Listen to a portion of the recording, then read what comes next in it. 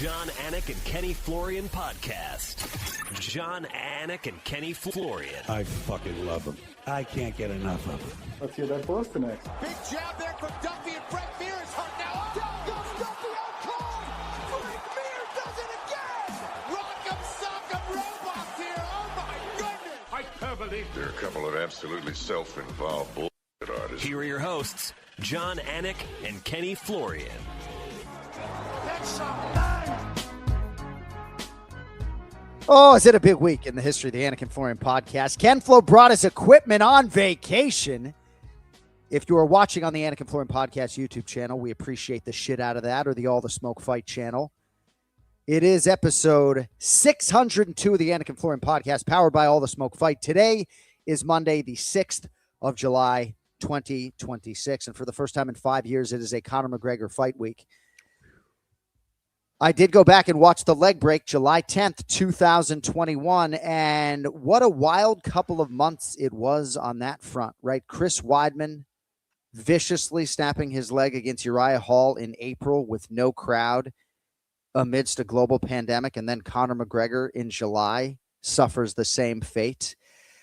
You know, of all the things that can happen in an MMA setting, Kenny, there are few things that make me sort of want to turn away. I'm there for the blood. I'm there for a lot of the things that other people maybe aren't there for. But, dude, seeing these two back-to-back was absolutely insane. And 5 years later, Conor's back. It's grotesque. It's grotesque. I hate seeing those, like the Anderson Silva break, the Chris Weidman break. I think I've only seen it once because I don't want to see it a second time. I turn away. There's something about compound fractures that are so unnatural where I just don't need to see that. I feel sick to my stomach. And the other thing is just the fact that, you know, a fighter can come back from something like that in a sport where there's obvious contact to those exact same spots is insane. It's a testament to, you know, the kind of mentality that fighters have. And yeah, I can't wait to see Conor back, man. Yeah, there are a lot of fighters with titanium in their body, right? There are fighters that people don't realize maybe have plates and things in their arms, you know? I mean, there's a lot of stuff that happens in mixed martial arts, but Conor McGregor, as we mentioned a couple of weeks ago, was getting back in an active competition cycle when this happened. And at that point in time, Conor had so much money, right, that he was back for legacy, right? Or some point to prove. And certainly there's a lot at play here this weekend when it comes to why Conor is back. But I can't even believe it's a Conor McGregor fight week. I don't expect him to attend our fighter meeting. He is the last one scheduled. It just feels absolutely wild. I truly have no idea which version of Conor McGregor is going to show up in Las Vegas, but I'm excited for all the fight week he's going to hold. I probably say this every single time he fights, but the fact that there was a 145-pounder, right? That's when he came into the UFC, then became a 55, or now 170. To gain this kind of attention to a guy who was able to elevate the sport as a whole, that's how big of a star this guy is. One of the biggest named athletes in the world now. It's amazing what he's accomplished already, and it just feels right that he's back. Not sure what his show money is. I'm not sure what his vision is for the rest of 2026, but I do believe that if he performs well, win or lose, that we would see him again. But mixed martial arts has grown for myriad reasons. I mean, when Joe Rogan says emceeing the ceremony away and none of this would be possible without Dana White, I mean, truer words have never been spoken. Lorenzo Fertitta, a lot of other individuals. But for all of us that extract a livelihood from MMA and witness these television deals that are monstrosities, Conor McGregor deserves a lot of credit for this. And a lot of his contemporaries dole out that credit. So we tip our cap to Conor McGregor. Really excited to see this man during fight week. And we'll see what his performance holds against Max Holloway. To the blue corner in Max Holloway for a minute. By the way, a lot coming up on the program today. Maybe the host could tease the guest. We are scheduled to be joined by UFC 329's Brandon Royval and King Green. Ray Longo going to be here. We'll see if he is going to be the inductor for Chris Weidman in the Hall of Fame. I don't know if it's going to be Ray, if it's going to be Matt Serra, so we'll get into that with Ray. RJ Clifford coming up as well. Gianni the Greek also with 8 selections for UFC 329. So a lot to get into, and we'll get back to Max Holloway in a minute. But now joining us, one of the stars of the show, UFC 329. You can see him on the Paramount Plus main card. And if you're in Australia or New Zealand, you can still see him on pay-per-view. Brandon Raw Dog Royval, one of the best flyweights in the world. It's good to see you, man. Welcome to Fight Week. Good to see you guys. Can you hear me all right? Loud and clear, bro. All right, cool. How you guys doing today? We are doing well. We appreciate your time as always. You look well. Thank So you. it's been a little while. I know you're no stranger to layoffs at times, right? The shoulder, I think, took some time away from you in the past. But what have the last, I guess, 9 or 10 months been like, and how excited are you to get back on the proving ground? I mean, it's been a minute, but man, it was really just a lot of training. Really long camp for this one specifically. Had to take like an extra week out of not sparring and just recover the body because it was a long camp. But it was awesome, man. A lot of growth, a lot of adjustments, a lot of different things, and just excited to be back to it. Would a training camp be very different for you if you were competing at 35? Like you and I have talked in the past about when the UFC almost got rid of the flyweight division, and we're seeing Holloway compete at 70 this weekend. Like if you take a fight at 35 at some point before your UFC career is over, would training camp be more joyful? No, not necessarily. I could make flyweight in like 2 weeks. I'm walking around 137 right now, so it's like I don't have a crazy cut. I'm just a little lengthy and all that stuff. I'm just scrawny, bro. I really wish.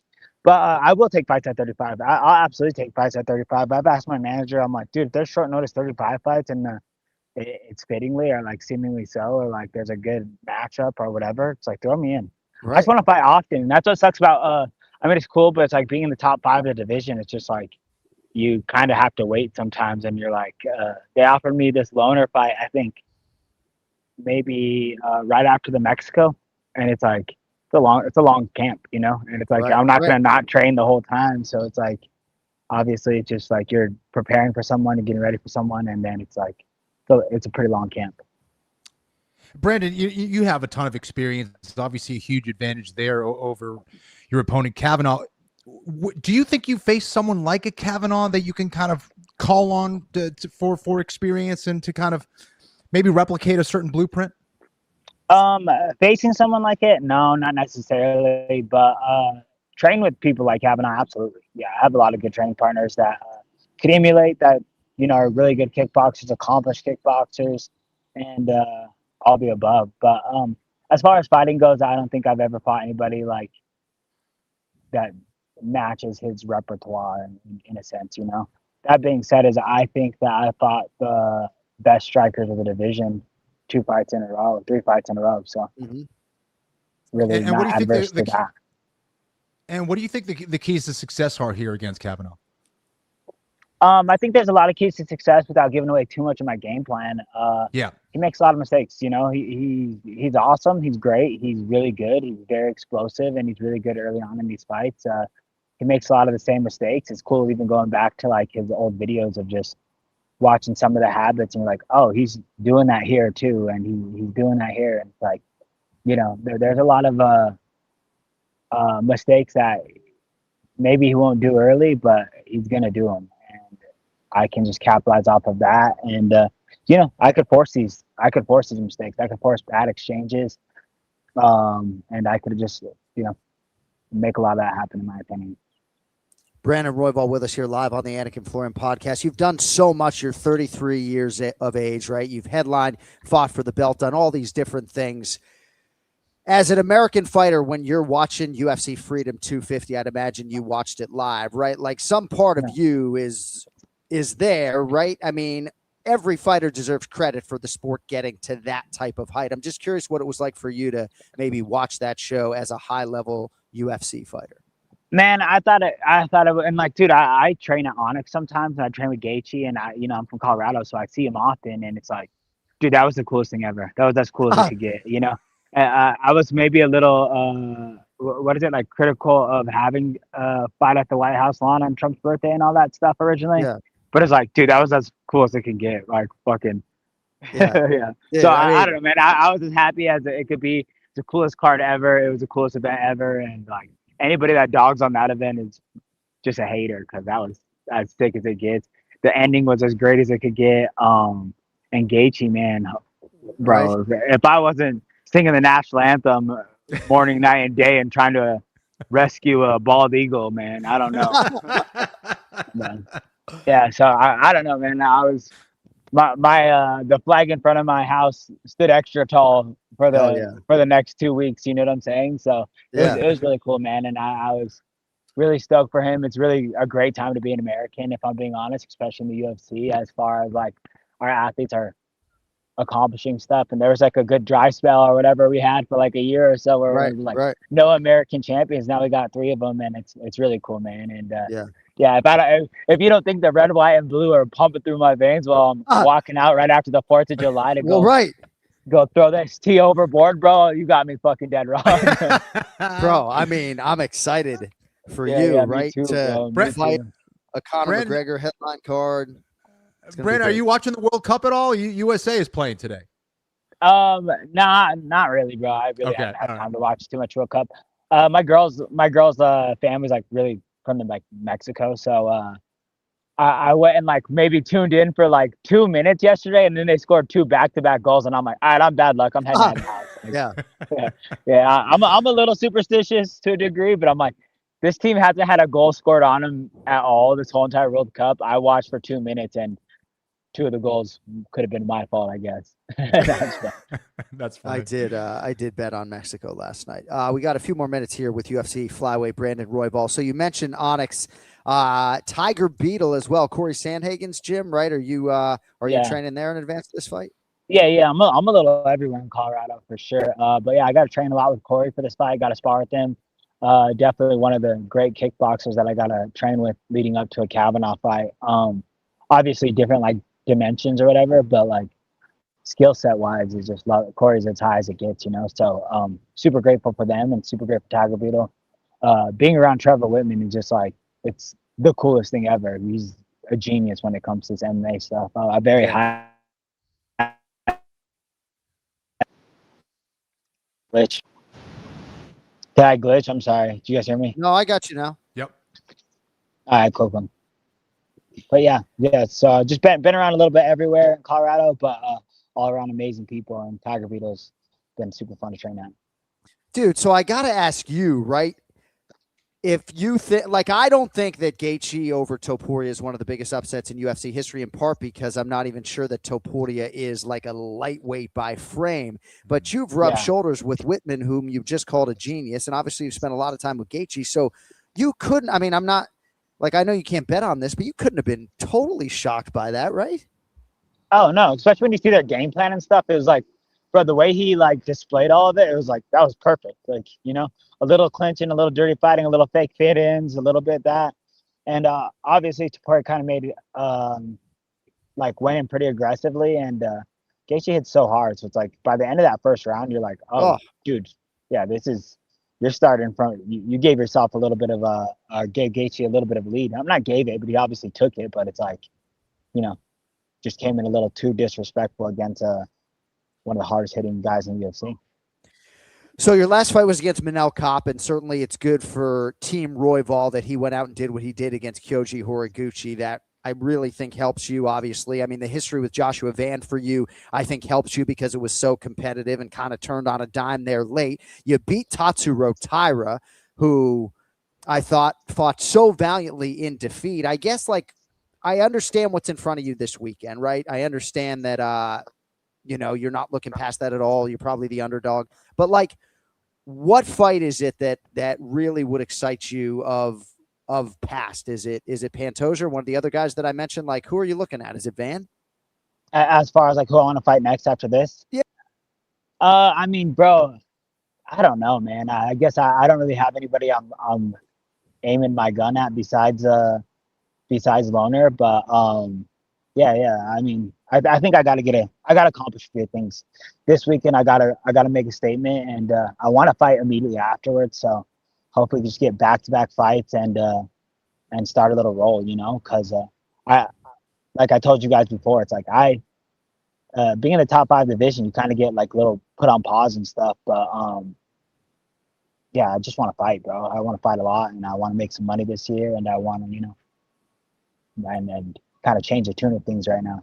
Well, dude, the UFC needs guys like you, the elite contenders who are willing to fight guys ranked below them to keep things moving. So we commend you for that. And hey, man, they could put anybody on a Conor McGregor main card, and they called your number for a reason. So we wish you all the best, brother. I'll see you at the fighter meetings in a few days. But appreciate your time, my man, and best of luck on the weekend.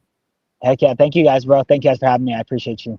All right, there he is, Brandon Royval, with us here on the Anik and Florian podcast. Yeah, I'm glad that I'm glad the World Cup came up. We will get back to that later in the show. I'm glad that UFC Freedom 250 came up, because I've been on the receiving end of that question that I just asked Brandon. What was that like for you? I'm not an American fighter, but my response has been, oh, it's the sickest fucking thing I've ever seen. So that's pretty much the only answer you can. Yeah, and if I came home to my kids, right, whom I swear in front of, right, because I'm trying to be real in case I die tomorrow. It's like, oh, how was it? It was the sickest fucking thing I've ever seen, and, I think anyone who suggests otherwise on the back end is just a hater. Yeah. It's just a hater. I agree, dude. Yeah. Thanks to Brandon Raw Dog Royval. Oh, man. All right. We already got RJ Clifford ready. So I will table that immediate thought and get to Randall Rated RJ. It is rated TV MALV and contains strong language and violence. It is intended only for mature audiences. Viewer discretion advised. This is Rated R with RJ Clifford. No way! The fighting, that's the fun part. It's like Hansel from Zoolander, just so fucking hot right now, dude. Like, whoa, think about it. Like, I don't know who he is. I just know he's a wrestler. I, Googled him.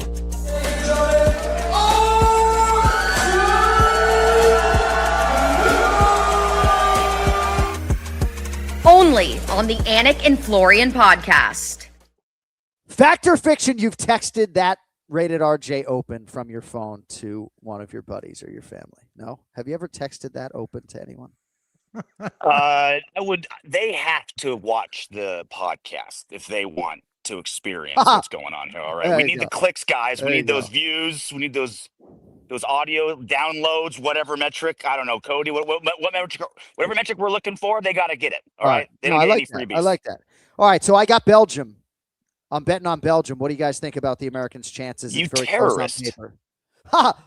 Belgium? What? Well, I gotta imagine the bookies had to have just taken a freaking bath with USA winning some games around here. Like, Vegas might have to go bankrupt if they make it to like the round of, I don't know soccer terms, semifinals, round of 4. Quarters. They're trying to get to the quarters.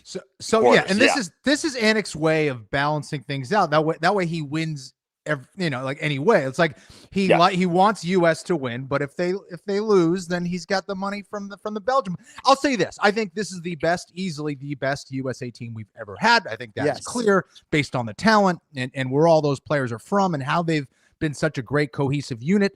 And the other thing for Belgium, they're very good, but they are a little bit of an older team, which is good as far as experience, but they're not going to be as fast and as physical as the USA team. So it's going to be interesting, dude. I'm like sweating thinking about it. Yeah. Well, let's be clear, right? Yes, I try to soften the blow with this sort of happiness hedge, but I'm not going to be feeling like there's any sort of win if the Americans lose. I have huge hopes for them, and I feel like I have to get involved and place a big bet on Belgium or the Americans are going to lose. Call me superstitious, Randall, but we're getting involved, it's nothing. There's nothing that I can imagine pisses off the world more than watching America do well. It's something they just don't give a shit about.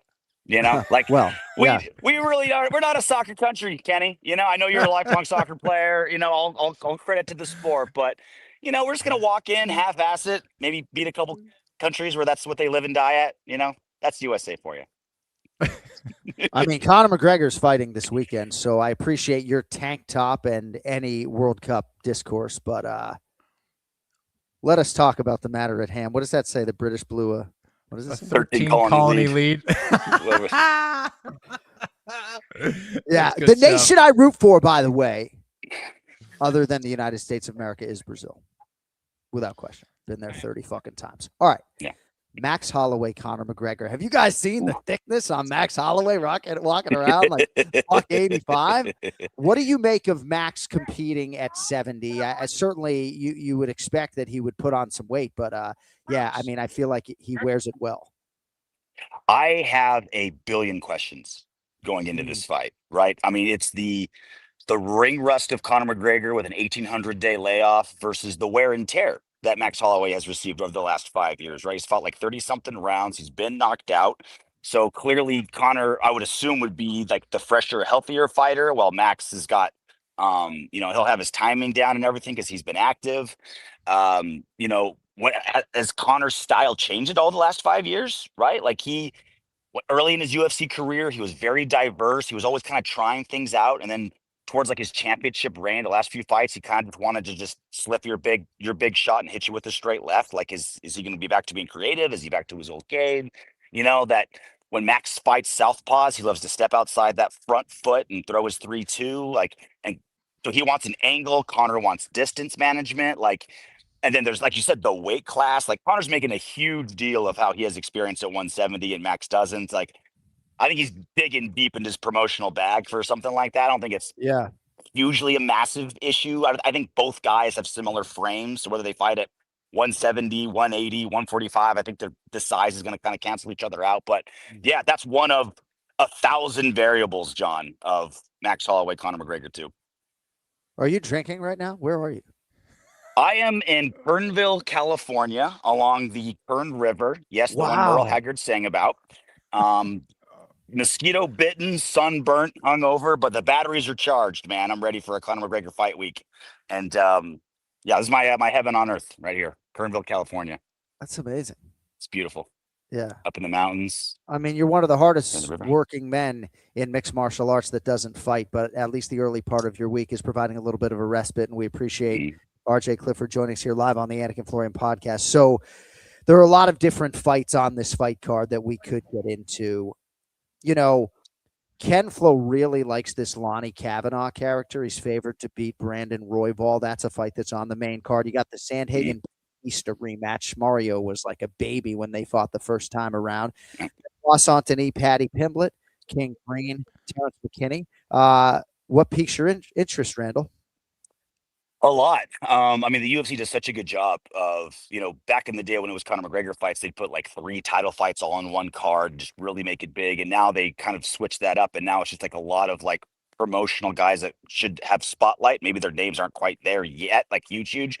Obviously, co-main event notwithstanding. But Gable Stevenson's debut, man. Gable Stevenson's UFC debut. I mean, this is a guy that like you don't get more blue chippy than him. He's kind of like the next.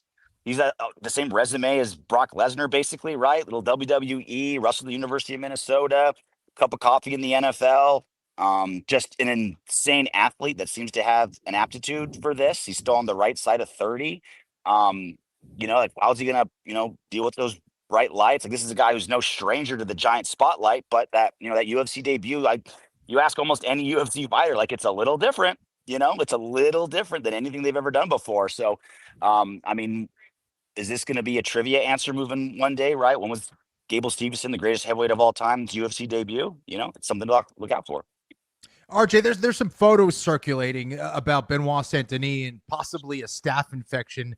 I don't want to speculate. Do you know any of the protocols that the UFC has or what may be happening on fight week if that is the case, and if there's any possibility that this fight doesn't go down?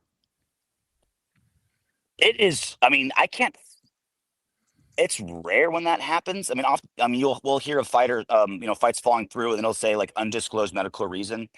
Was that a staph? Was it an injury? Was it a female fighter that was pregnant? Right? It's medical information, so it's kind of close to the vest. But like, I almost never hear of a staph infection stopping a fight from happening. I mean, he picked a scab, let him fight, right? Yeah, you put a little concealer on there, you get makeup Chris to kind of do her work, and no one right. all the wiser, and you let him fight. They signed the waiver, let him fight with some stuff. It is interesting. I fought a couple times with Steph. It was under control with antibiotics, but the other thing, RJ, that I kind of had to go, what? And I knew it was happening was Whitaker fighting at 205. I was like, oh my gosh, that's right. He's fighting at 205. What do you think his chances are of beating a big 205er like Krylov? So I had talked to Whitaker about this several months ago, and it got me excited because, like, obviously, in the situation that he's at, he's lost kind of one-sidedly to kind of the top of the division right now. So getting back to UFC gold at that weight class seemed kind of far-fetched. And so I think too often fighters switch weight classes not because the weight's an issue, it's just they wanted a reset, and it's an obvious one.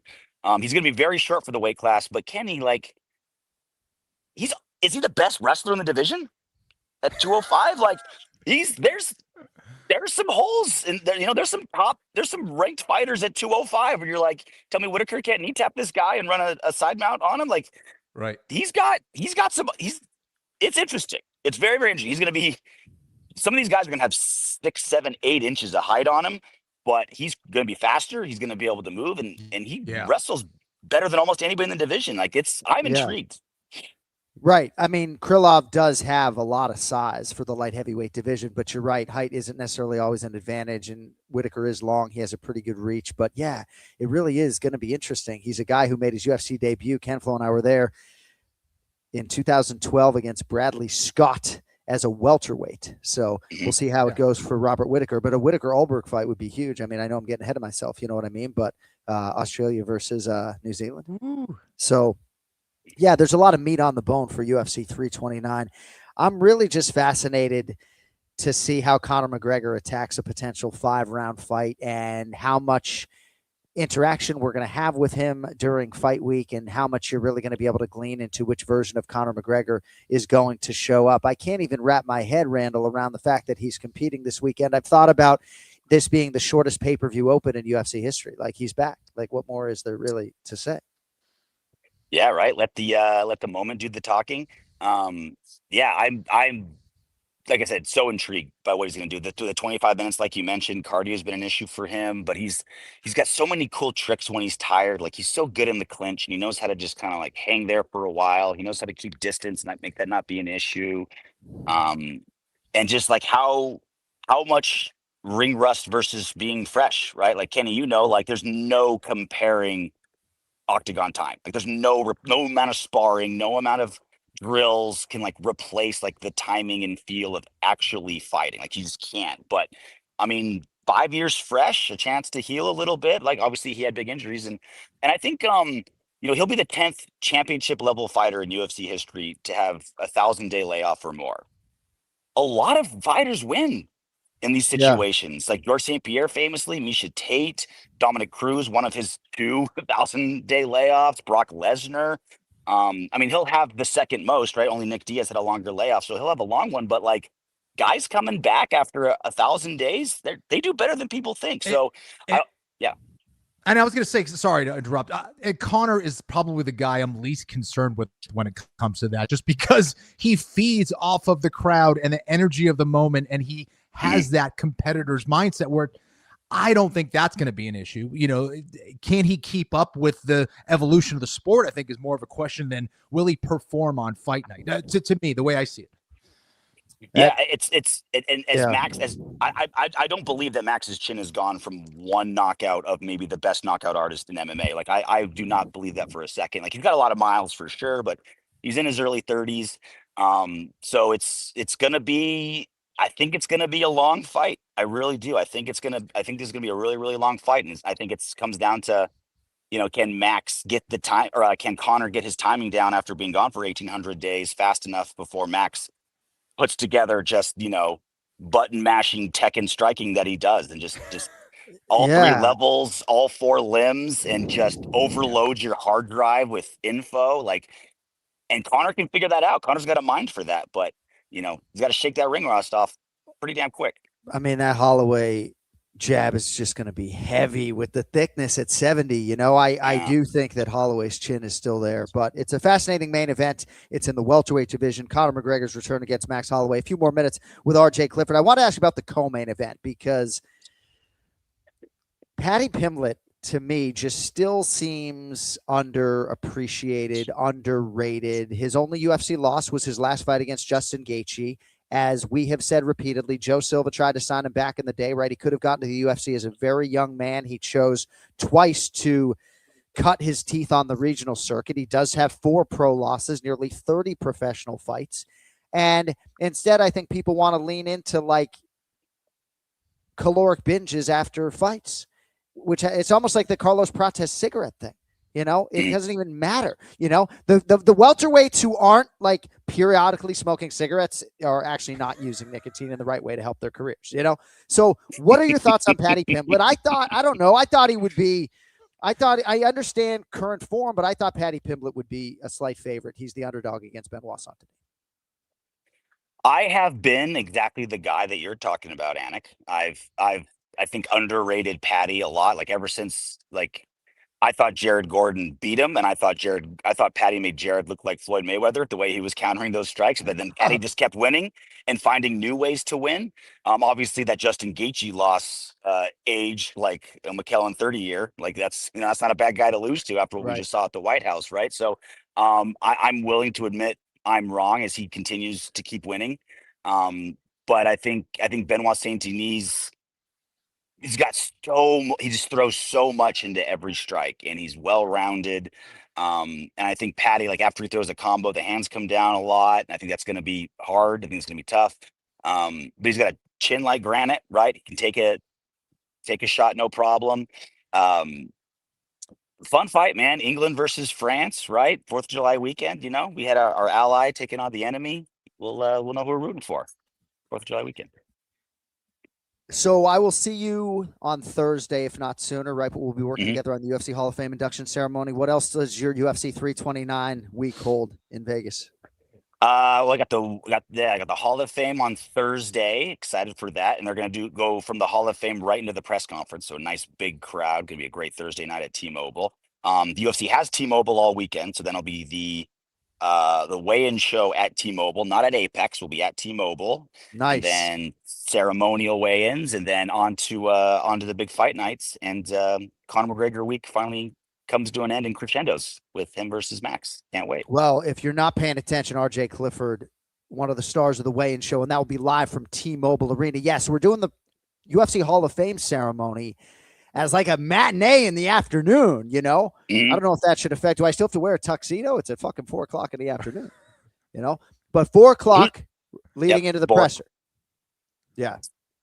All right, Randall. Well, we appreciate your time. We'll let you get back to it, the koozie around whatever that beverage is. And I'll give you a big hug in about 48 hours, my man. But enjoy the great state of California.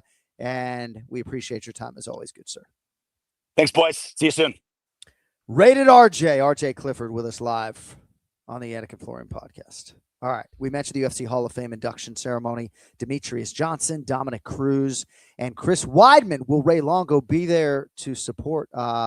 Let's ask the man, the myth, the legend. It's the Ray Longo Minute. It's now time for the Ray Longo Minute. I want you to punch a hole in his fucking chest. That's what I want. The Ray Longo Minute. Starring Ray Longo. The John Anik and Kenny Florian podcast. Look at him. Look at the motherfucker. That's what I'm talking. Hey. Look alive out there. Happy Monday, Raymond Pete. So, I like substances, and I am all for ending the mind at whatever hour, right? Wake and bake, fine, right? But I asked RJ Clifford if he was drinking at 9:15 a.m. Pacific on a Monday, and he dodged the question. He did. Wow. Seemed like he was drinking. That was a brewski for sure. I'll tell you straight up, I'm not dodging anything. Yeah, no, you do not dodge questions. That's for sure. Yeah. You're in the line of fire willingly. So are you flying to Las Vegas for Weidman's induction ceremony or what? Yes, I will be inducting my good friend. Wow. Hey! Oh, wow. You didn't know that? I assumed, but I haven't peeled back the curtain just yet. You know, I'm focused on fighter prep. Sorry. Yeah. No, I'm just The Baku trip killed me, but the prep, I'm still going to put the finishing touches on today. But yeah. Wait, what you say? It's in the afternoon? Yes. I just heard you say. Or is it just you? Is it you and Matt Serra? I mean, what's going on? Just be me. But yes. All right. With all respect to Matt Serra. But honestly, Matt's getting a shout out because without him, it wouldn't have happened. And he was involved in every decision and every, we talked every day about the fights and stuff. So I got to put that in there too, because I wouldn't want to leave that out. I mean, he was gracious enough to make me the front man and blah, blah, blah, and the rest is history. Ray, are you practicing this speech in front of a mirror? I have not practiced. It's not done yet, but in my head, there's, the stories, Kenny, I think I could do the stories without even looking at anything, which is probably what's going to happen. This is what I was afraid of. Oh, no. Why? What's the matter? This is going to be a 3-hour speech. That's no. I'm 3-hour tour. I will say this, in writing it, it really brought up a lot of old emotions. And, this kid was out of control, man, from the second he walked in the gym. So, I don't think it'll be longer than like 5 to 8 minutes, and I can't see that. I'm just messing around, messing about. Uriah Faber, though, if you're out there, bro, he might still be talking, right? Yeah. Well, that you know what's funny? Last time when I inducted Matt Serra into the Hall of Fame, they were all over me, man. That guy Ant, whatever his name was just different people running the show now, but nobody's even said anything, which is crazy. But they wanted. Yeah, go ahead. Sorry. You have the Conor McGregor press conference coming up right after the Hall of Fame. So it's in the afternoon at 4, and I think the presser is at 7 or 7:30. No, I just like to knock your balls around a little bit and have fun when it comes to the length of the speech. But I could mention some of the longest speeches in UFC Hall of Fame history. I've been up there for 13 years, I mean, Faber, they were walking out, Oh, no, so you gotta be. I don't know who's headlining the class or when you're going. What would you think is the average? What would be a good length of the speech? So I think 5 to 7 minutes is good. I've taken a machete to my piece. Yeah. To try to expedite things because I know what we're up against. The press conference right afterwards, and the tendency is that there's a lot of storytelling, and once you go off script, the 5 to 7 minutes is out the window. No, I'm not saying go off script, but when I look down to. I wouldn't have to read a lot of the stories. I could get them out, but I can't see them being more. Yeah, you're right, though. Who the hell knows? It all started in Topeka, Kansas, back in 1929. No, I'm just kidding. But the problem I'm having is like as I'm doing the speech, like today's fight is unrecognizable to what was going on back then. It just, it just is. I don't know. Yeah, different time, but guys win a fight, they want a free meal at the fucking PI, they want their shoulders rubbed, you gotta, where's the grit? You know what I mean? Like, Kenny, it's like you put a person on welfare, why do they want to get off? They keep giving them shit. You know what I mean? Like it's definitely weakened. I mean, this kid was living in his mother's basement. He wanted to get the fuck out. Like he would have did anything. I'll never forget the 27-pound weight cut in 10 days to fight Damian Maia. It's just that's Weidman was different, dude. And that was early in his career. Like he would have did anything. He had 3 pounds to go. We put him in the sauna for 15 minutes. He didn't drop an ounce. Like it was just heartbreaking. Man. He was falling on the floor. It was, but I'm not going to go crazy with those stories, but he was a guy, 30 pounds in a week, no problem. Broken rib, no problem. Fractured foot, no problem. He just went through shit, man. And it's today, God forbid you have a fucking headache. I don't want the, I mean, I can't get, guys can't get, I'm losing fights for everybody. Nobody wants to fight anymore. They want to keep a perfect record. Yeah. It's disheartening, man. I say it really is. So those days, I don't think they're ever coming back. But he was a stud from the second he walked through the gym door. Yeah. And one of the other stories, I'll be telling is that, there was a guy calling me up for 6 months with this guy. I want to bring him down. I'm not interested. I couldn't give a shit. I really couldn't. And thank God he walked in the gym on his own.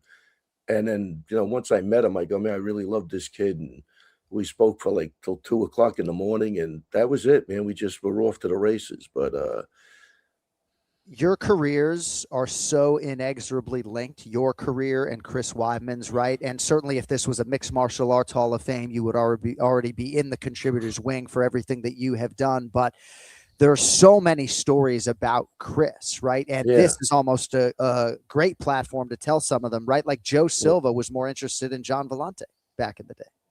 Joe Silva, there was a jersey card. This isn't in the speech, but there was a jersey card. He basically, we don't need you. We're selling the place out and blah, blah. And, it's just, Joe Silva tortured that guy at times. It's nothing short of torture. Oh, let's keep it light. I wasn't trying to get you No, down, no, I'm just saying, but it was, yeah.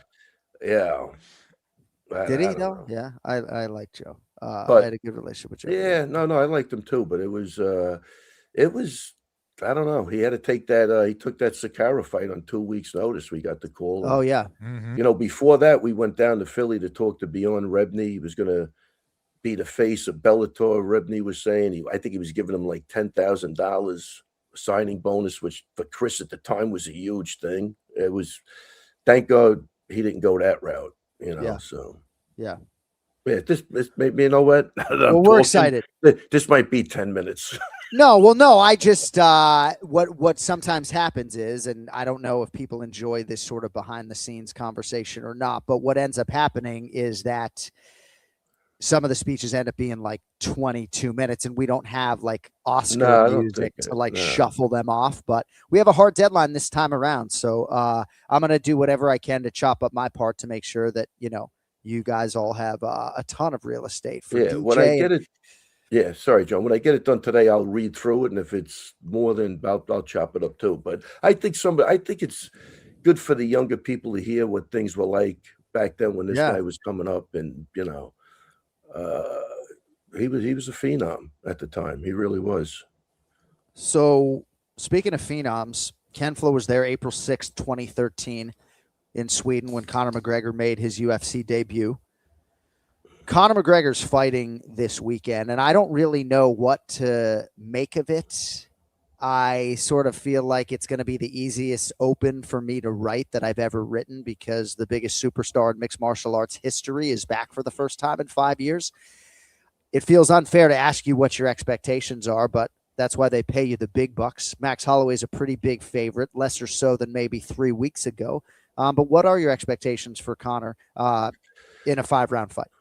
The expectations are to see if he could overcome his last 5 years of just being sidelined, and he had that injury and, the partying and stuff. I just hope he shows up in good shape and he puts on a good fight. That's all I'm looking for, but the expectations as far as something spectacular having, right now I don't have it. Maybe by the time the fight comes, I'll be a little better. But wait, let me just switch courses for a day, just for a second, John. I'm sorry, you're going to kill me. But Kenny, I mean, back in the day, it was a different time. You were there. I mean, I'm even thinking, whatever happened to that guy Burns with Kearns? Wasn't he a conditioning guy? Like, what happened to that guy? Kevin Kearns. No, Burn but he's still burning. He's still burning. Yeah, he's still that fuse didn't go out yet. You're saying it's not extinguished. It's always there. And he just got a fresh flat top at the barbershop. He seems like that type of guy that's like he's not going anywhere. But he's like a fucking barnacle on a boat, right? No, flat top is flat. But I'm thinking even all the strength guys back then were getting, some shine, and it was just a crazy period of time. Everything was kind of new, and people were grinding. I don't know. It just came to me, but no, you're sorry, right. John. And I just popped into my head. I had to get it out.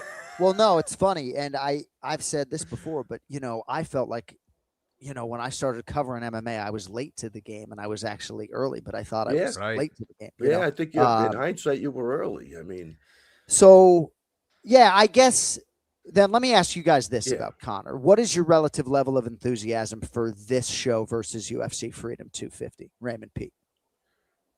I was more enthused for UFC 250. I think that there were better matchups. The matchups that I wanted to see, I thought were all good matchups. And I don't have the same excitement, but again, that could change. I'm still, not totally jet lagged.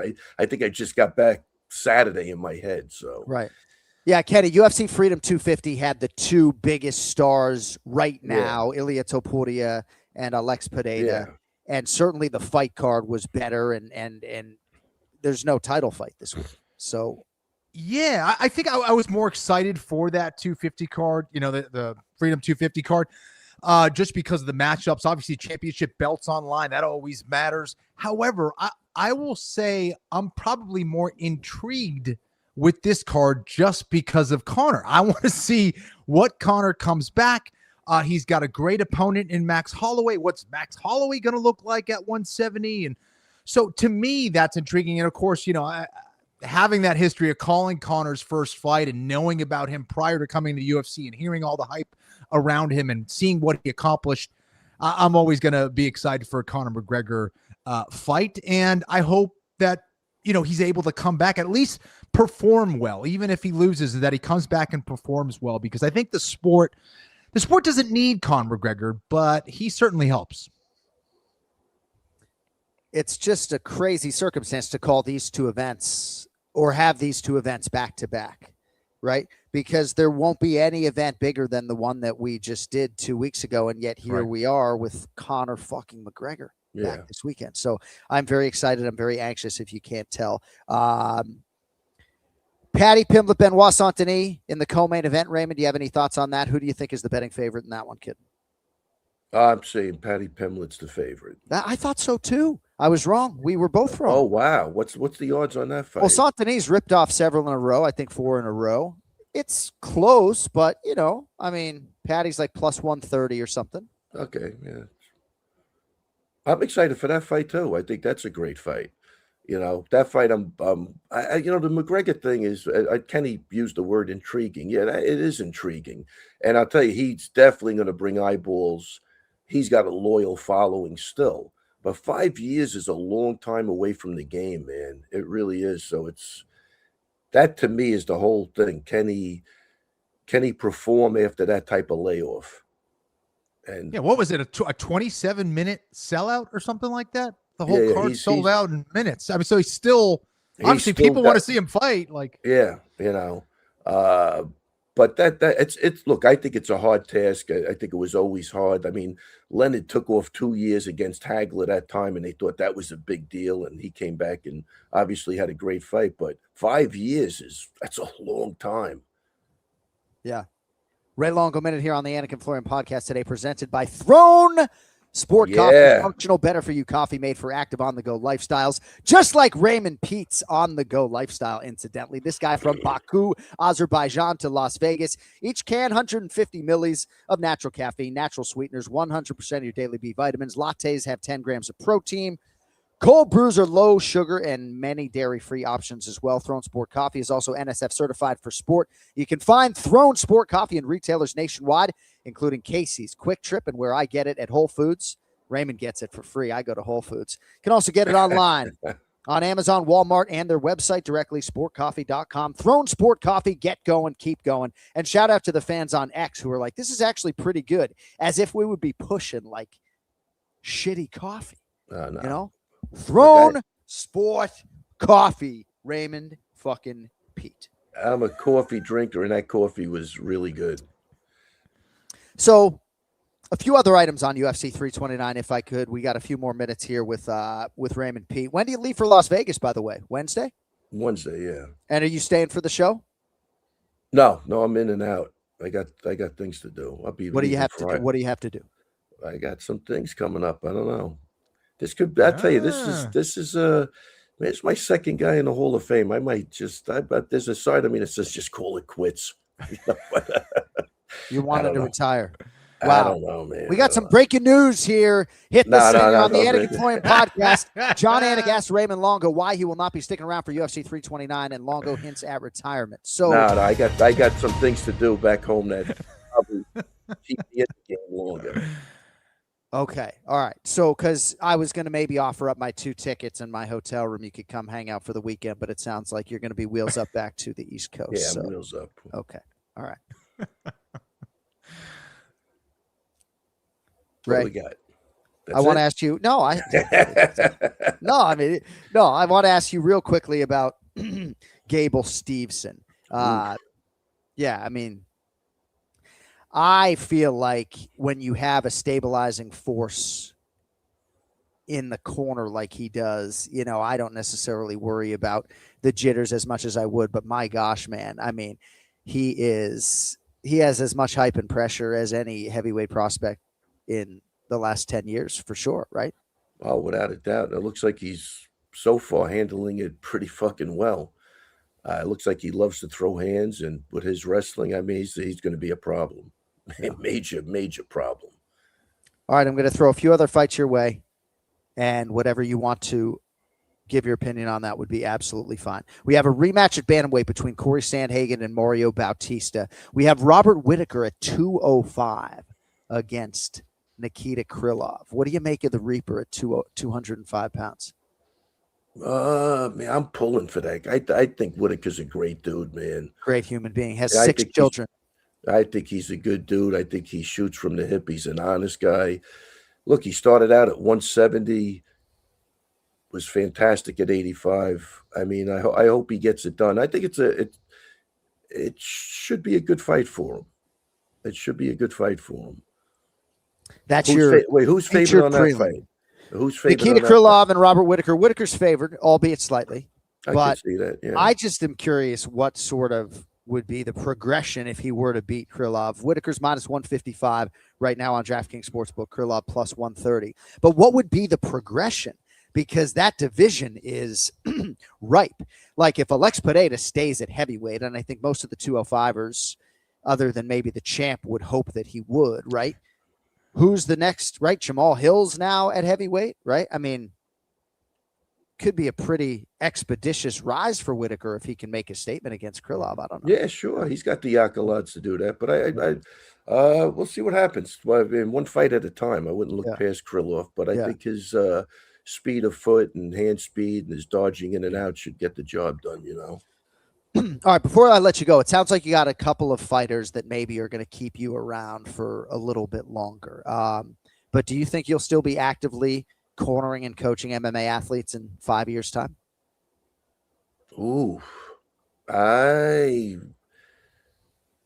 not as the main guy. It's so interesting because if we asked you that at times over the last 18 months, you would have been like, I want to fucking do this till I die. And so there has been a little bit of a shift. Well, I said not as the main guy, but I don't know. It depends. Look, it's all about feeling, man. If the passion goes, we'll walk away immediately. You know, see, because that's how I feel about the Anik and Florian podcast. I'll do the show into eternity, but I don't want to be the main guy anymore. You know. Oh, if you're not the main guy, we're in trouble. No, you're the main guy. If you're not the main guy in the corner, then this can be the Ray Longo show with John and Kenny, and you can drive the boat. I told you last week when you said you prepared 2.5 hours. I said that's 2.5 hours longer than I prepared. So, hey, we love you, buddy. I'll see you in a couple days. All right, definitely. Let's hook up though for sure. What do you want to do? I mean, you want French kiss? You want to get dinner? I mean, hook up. When are you getting there? Tomorrow. I'll be there tomorrow. Oh, wow, you will be there tomorrow. Yeah, I have some obligations pretty much every day, but yeah, I mean, maybe we can connect Wednesday. What hotel you stay? Can you say that on the air? Yeah, I mean, I'm not gonna. I could, but I'm not gonna. You think we're all in the same hotel? I'm a little bit further west, I think. I think we are in the same hotel. All right, good. All right. Let's fucking go. If I had a table that wasn't from IKEA, I would hit it. Ray, we got to go. We got to go. All right, guys. I see you in Vegas. And I look forward at the to Flamingo. They're staying at the Flamingo, room 510. We'll come up with a safe word, John. If I start rambling, just scream it out, and I'll just cut the speech short. Oh, I can't wait to cut the tension backstage. Oh, yeah. No, I don't nervous, like that. You know?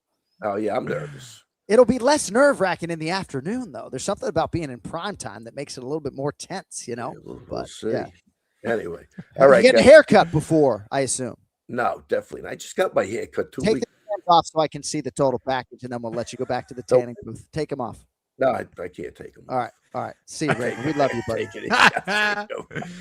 Ray. I wonder if Ray got any bad weather.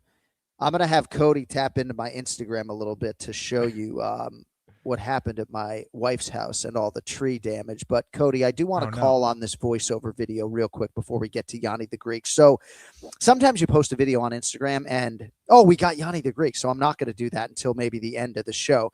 Gianni in 60 seconds. But ladies and gentlemen, you know what it is. UFC 329. Big fight is coming up. Who do you think is going to win? Max Holloway, the favorite, or Conor McGregor, the underdog? Anik and Florian podcast has teamed up with DraftKings to bring you a brand new offer. And DraftKings, by the way, now available in all 50 all 50 states from New York to California. So no matter where you are always connected to the fun. New DraftKings customers, sign up with code AFPOD, spend $5 to get $200 in rewards within 21 days. That is code AFPOD in partnership with DraftKings. The crown is yours. Bet with DK Sportsbook. Gambling problem? Call 1-800-GAMBLER, 1-800-MY-RESET. Connecticut, call 888-789-7777. Visit ccpg.org. On behalf of Boot Hill Casino in Kansas, bet, tax, pass-through may apply in Illinois. 21 plus, void in Canada. Event contract trading with DraftKings predictions involves risk of loss. Availability varies. Bet to get bonus bets that expire in 7 days. Trade to get $50 in prediction dollars that expire in 1 year. Issued every 7 days via click to claim for 21 days. One non-withdrawable reward redeemable predictions offer void in New York ends July 19th. Terms at dkng.co/audio. Cody, you know the disclaimer's long. Just cover my fat face for it. Let's get to Gianni the Greek. It is time to make some predictions. We have 8 of them. UFC 329, McGregor v. Holloway II. And you know for the big numbered events, we call on the best handicapper in the business. That is Gianni the Greek. And Gianni, we don't really know what to make of this Conor McGregor return. It's great to see you. So are you a Philadelphia 76ers fan? Was as a kid, even went to the 83 parade, cut school. Wow. To the parade. Yeah. And they were all playing, joking, saying that's Bobby Jones's nephew. And I was on the subway getting there with my cousins. It was the best time. Great time. How cool is that? Went down to that. And then 2 years later, Dr. J retired and they had another parade. That was elementary school. I can't believe you cut school and take the train down to Center City. Like the thought of that now, letting your kid do that, right. There's no way. I'm telling you, though, if you're listening and your team wins a championship, just go to the parade. It's a truly unique experience. All right. We have 8 predictions that we are going to lay your way today, ladies and gentlemen. It is UFC 329, McGregor versus Holloway II. Want to get a quick pick on this bantamweight fight. Adrian Yanez, minus 410. Cody Garbrandt, plus 320, Yanni. I'm not sure if there's any value on Cody No Love or if you do like the big favorite Yanez. He's minus 410 despite cashing just once in his last 5. What do you make of the bantamweights on the prelim portion, Yanni? Yeah, and that's the problem. I mean, if I have to pick the winner, I'm going to lean to the Yanez side. He should win this fight. That's why he's a 4-1 favorite. But I don't think there's any betting value. He opened minus 250. If he got down at that number, he placed a good bet. Hopefully he goes out there and does his job for you. But I just don't see the advantages where he would be that big of a favorite. I look at strength of schedule, 6 wins against opponents that were 9-9. It's his losses that are more impressive, where with the Garbrandt strength of schedule, he has a huge edge. And in a fight that should remain standing, I just don't see the huge disadvantages. The chin will be a problem. Again, I'm not betting it, but it's dog or pass. Cody Garbrandt defeated Xiao Long back in March. There were groin strikes, point deductions, can flow. Relative to the past few years, pretty quick turn for Cody No Love. He's plus 320 right now. Kenny, what do you say? Yeah, I think that's a good sign that he kind of wants to fight and stay active. I just haven't seen that fire or, let alone that emotional control that he was legendary for when he beat Dominic Cruz in one of the most impressive title fight performances that I've ever seen. Now, I think we're a long ways away from that, Cody Garbrandt. And for that reason, I mean, you got to have Yanez here. I think he's been the more consistent performer. I think he's going to be the guy that tries to get a bigger name off of beating a big name in Cody Garbrandt. And I just see him having a little bit too much of an advantage heading into this one.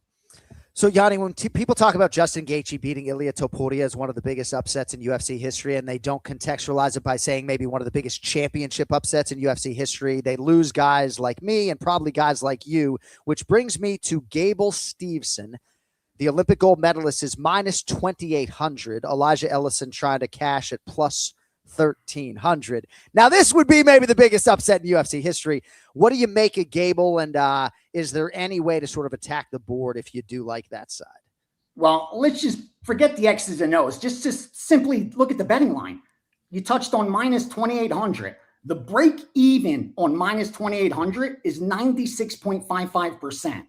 So he has to win this fight 100% of the time for you to have less than a 3% edge in implied win probability. So if even there's a 1% chance that he has a headache, anything, a black swan, I mean, the best traders in the world factor in 5% for black swan events. So, I mean, you look at it as far as sports betting, maybe we factor in a 1%, 2% for black swan event.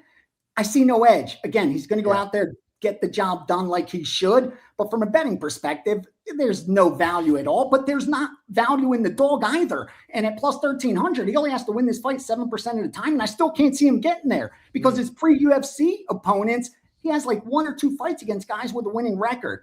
He gets smashed. That's what happens. But again, no betting value on Stevenson at that price.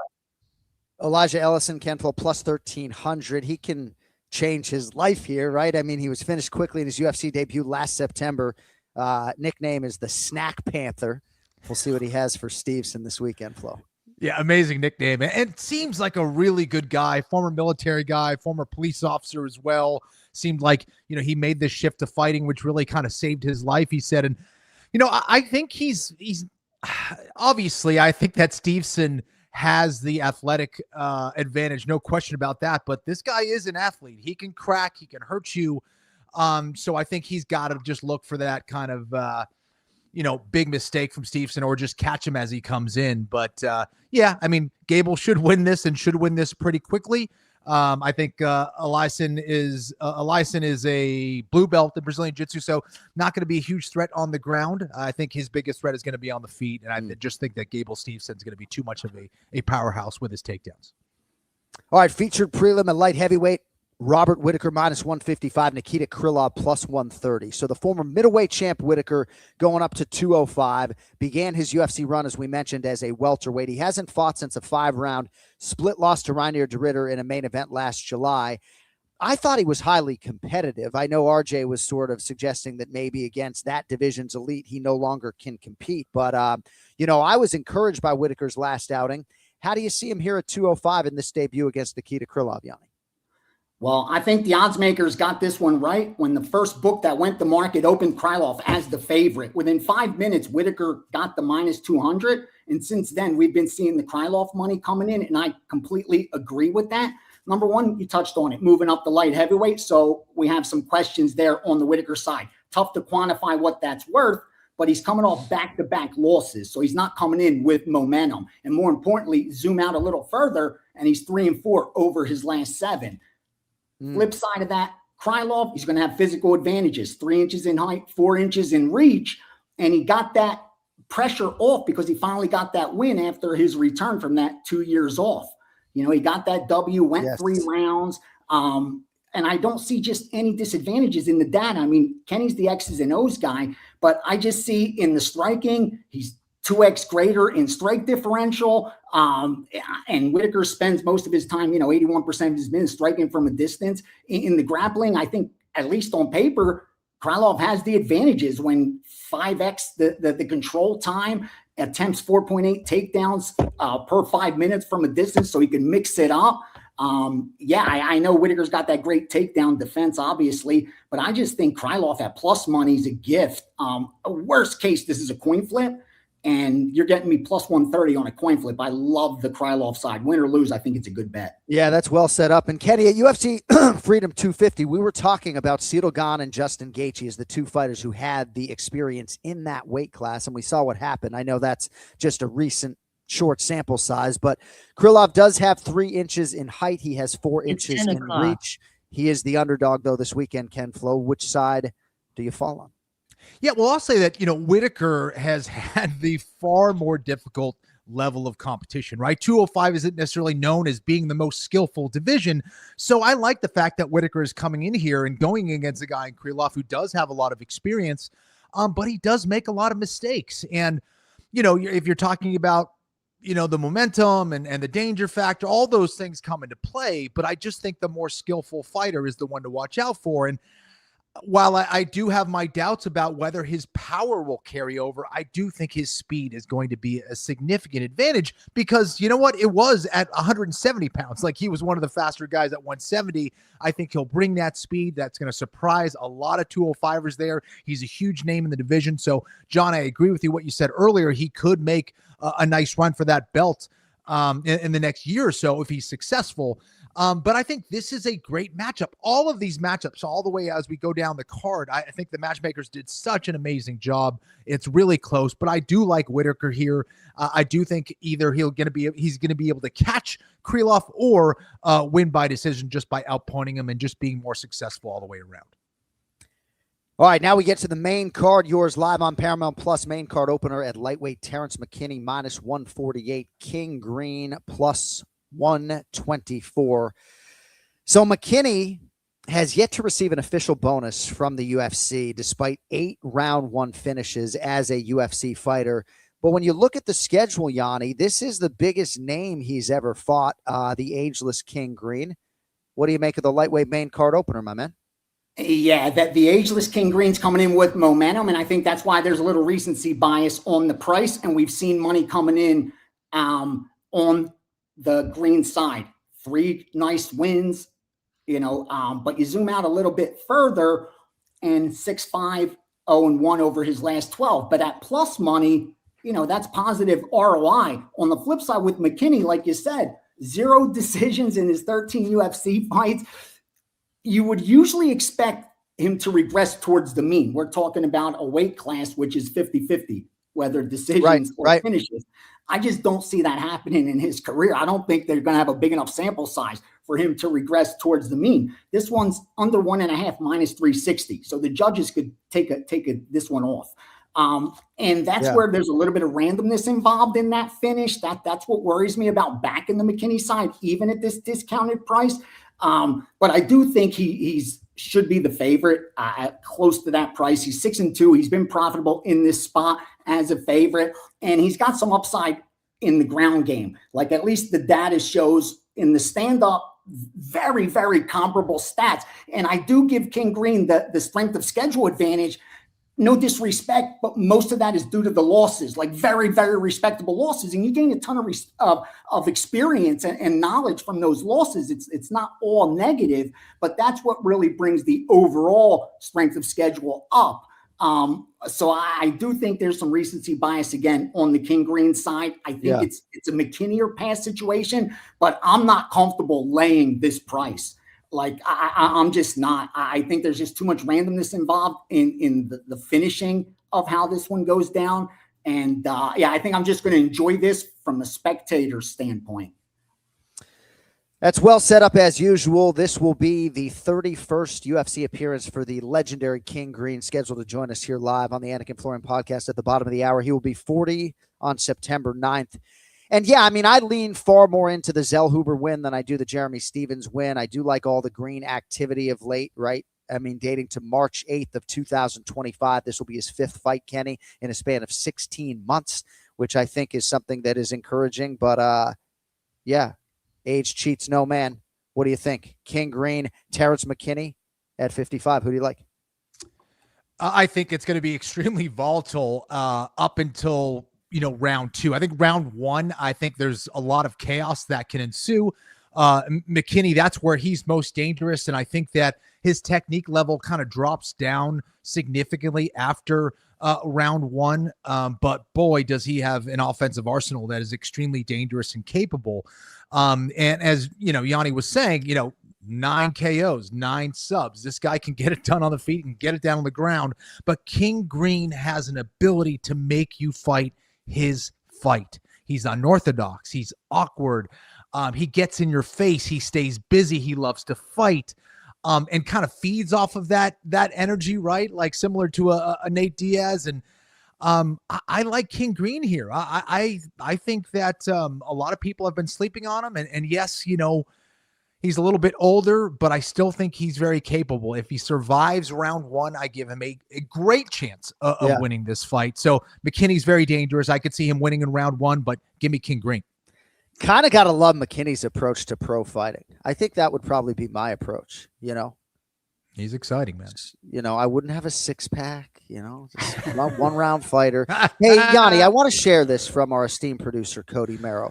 ChatGPT analysis says fighters like Robert Whittaker moving from 185 to 205 in the UFC are 28, 29, and 1 overall. But if you remove Michel Pereira and Anthony Smith, they are 13, 21, and 1. And I'm not a smart mathematical dude at all, but those numbers seem, excuse me, Alex Pereira, not Michel.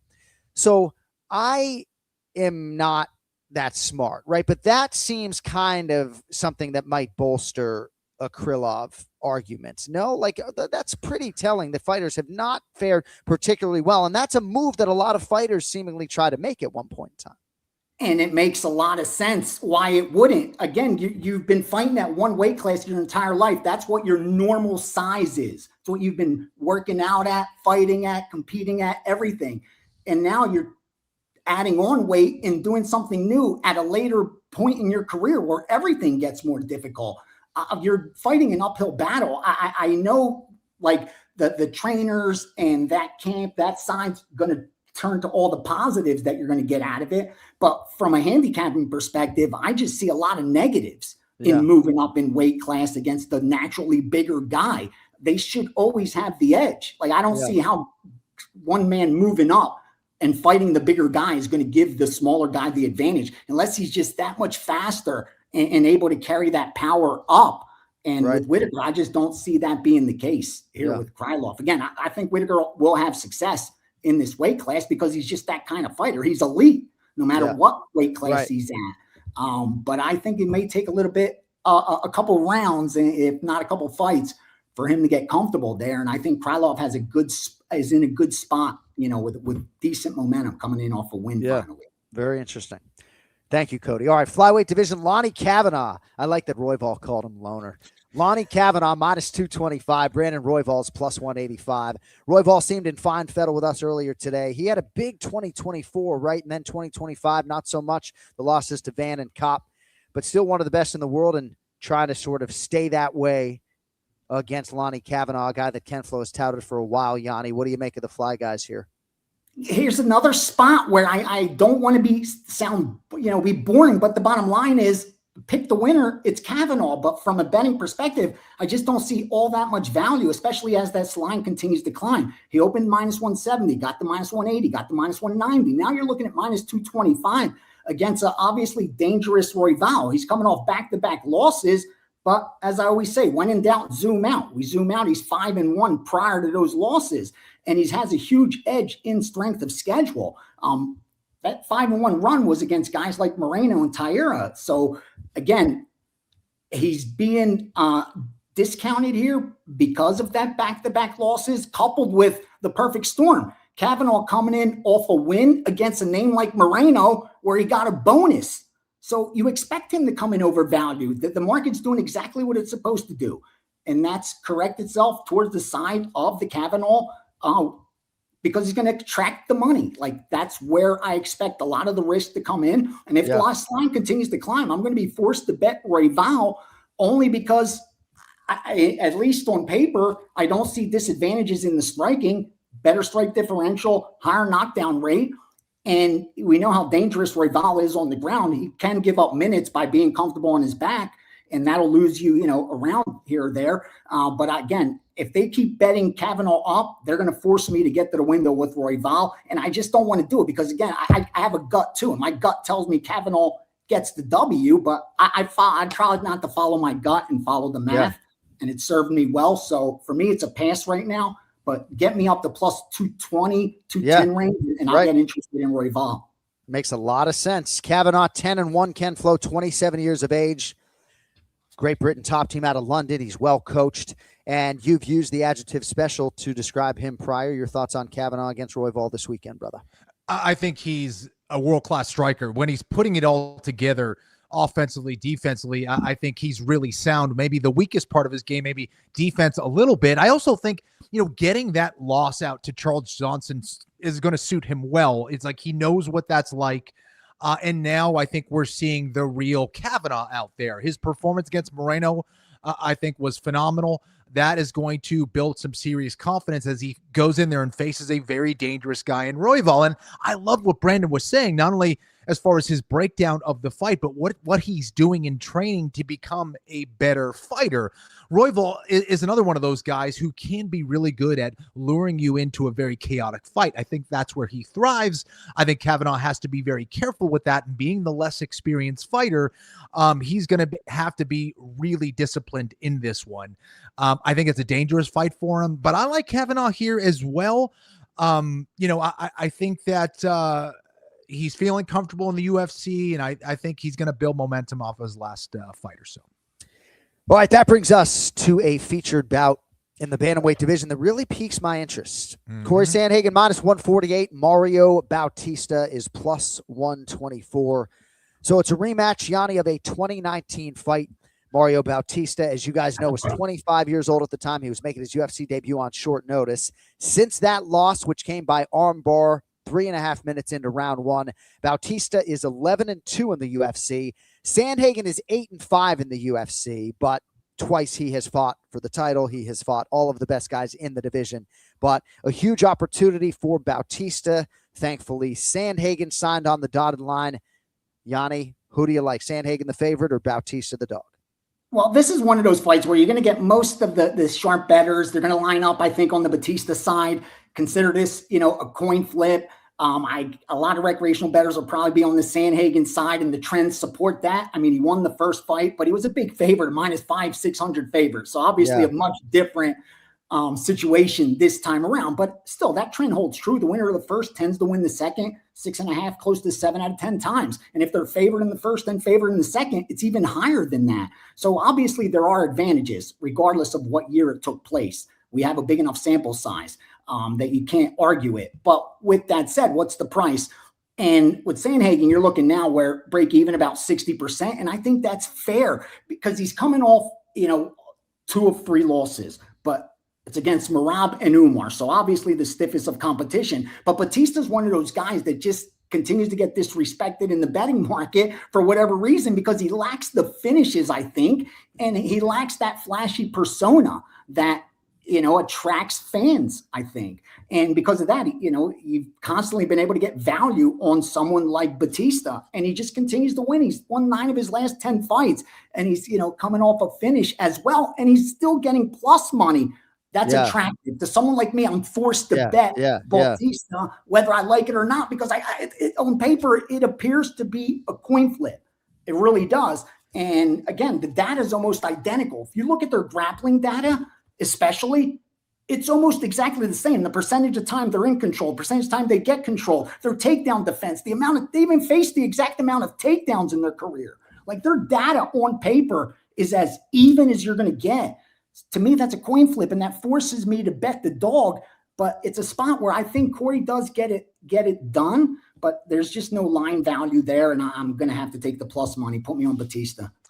Yeah, Kenny, I am calling the fight, but I agree with a lot of that. I just don't see a world in which Sandhagen would be north of -150 against Mario Bautista in 2026. And I know math is not always great in MMA, but I even like the way Mario fought Umar better than the way Corey fought him. I don't know. I just feel like Bautista's current form is really, really strong. And I think Gianni brought up a lot of truths as far as the +124 or so. What do you make of this one at bantamweight, Kenny?